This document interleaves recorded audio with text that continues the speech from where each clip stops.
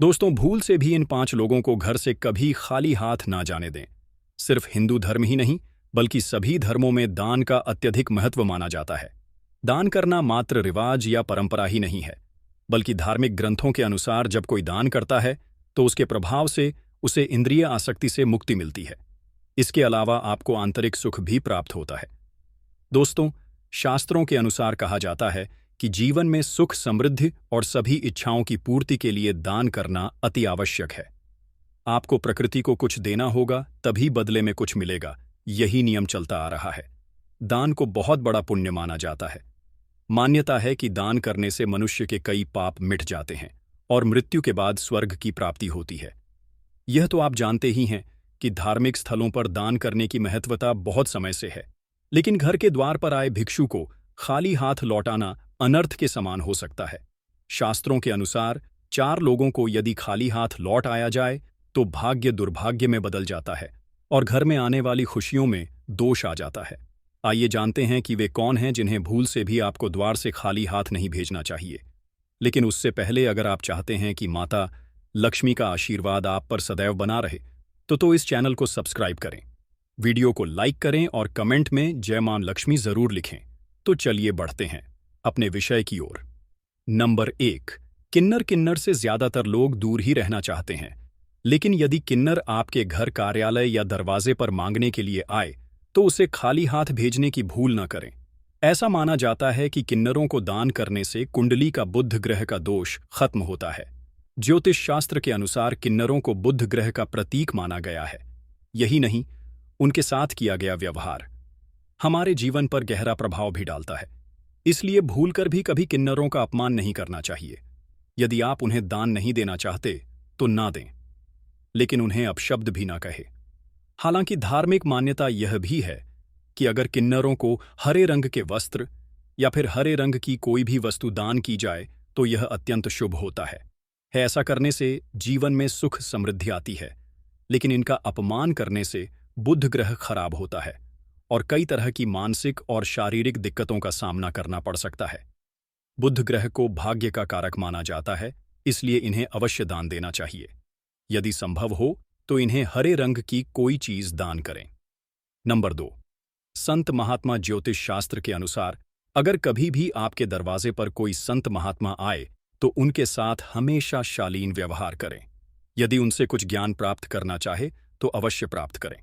साथ ही यथाशक्ति जो भी हो सके उन्हें मानस स्वरूप दान करें और चरण स्पर्श करके उनका आशीर्वाद लें, बजाय इसके कि उन्हें अपने दरवाजे से खाली हाथ लौटा दें। मान्यता है कि अगर किसी के दरवाजे से कोई भी संत महात्मा खाली हाथ लौटता है तो उनके जीवन में सिवाय दुख और तकलीफों के कुछ भी हाथ नहीं आता। नंबर 3, अपाहिज, विकलांग या लाचार व्यक्ति। यदि मदद के लिए घर के दरवाजे पर कोई विकलांग व्यक्ति आए तो उसकी मदद अवश्य करनी चाहिए। ज्योतिष शास्त्र के अनुसार ऐसे लोगों को शनि और राहु का प्रतीक माना जाता है। इन्हें दान करने से क्रूर ग्रहों के प्रकोप से बचा जा सकता है। ज्योतिष शास्त्र में बताया गया है कि यदि कुंडली में क्षण दोष हो तो जीवन में दुख और तकलीफें बनी रहती हैं। लेकिन कई बार ऐसा भी होता कि हम जीवन में सब कुछ सही कर रहे होते हैं, फिर भी दुख और परेशानियां कम होने का नाम नहीं लेती। ऐसे में ध्यान दें कि कहीं आप भी अपने दरवाजे से किसी जरूरतमंद को खाली हाथ तो नहीं लौटा रहे हैं। यदि ऐसा है तो इसे तुरंत रोकें। दिव्यांग जनों को राहु और शनिदेव का प्रतीक माना गया है और इन्हें कभी भी दरवाजे से खाली हाथ नहीं लौटाना चाहिए। नंबर 4, भिखारी। यदि घर के दरवाजे पर कोई भिखारी आ जाए तो उसे खाली हाथ नहीं लौटाना चाहिए। पैसे ना हो तो खाने या पहनने लायक वस्तुओं का दान भी किया जा सकता है। अक्सर ऐसा देखा गया है कि दरवाजे पर या फिर कहीं भीख मांग रहे लोगों को लोग दुत्कार देते हैं या फिर अपशब्द कह देते हैं। लेकिन धर्मशास्त्रों की माने तो आप किसी को दान करें या ना करें, लेकिन उसे दुत्कार बिल्कुल भी सही नहीं होता। मान्यता है कि ऐसा करने से हमारे संचित पुण्य भी नष्ट हो जाते हैं। इसीलिए धर्मशास्त्रों के अनुसार कभी भी अपने दरवाजे से किसी मांगने वाले को खाली हाथ ना लौटाए। यथाशक्ति जो भी हो सके वह दान करें। यदि दान नहीं कर सकते हैं तो कभी भी किसी को अपशब्द ना कहें। नंबर 5, घर की बेटी।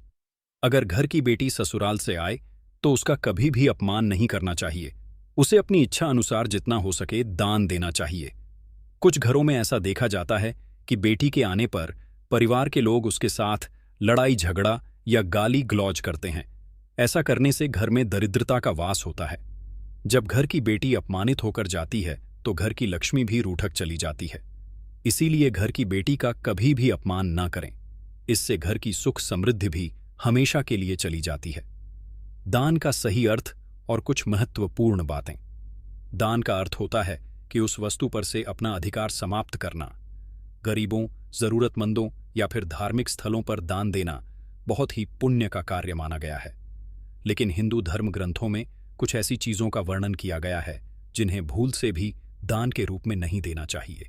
आइए जानते हैं वे कौन सी चीजें हैं। झाड़ू यह केवल सफाई करने की वस्तु नहीं है, बल्कि हिंदू धर्म में इसे लक्ष्मी माता से जोड़कर देखा जाता है।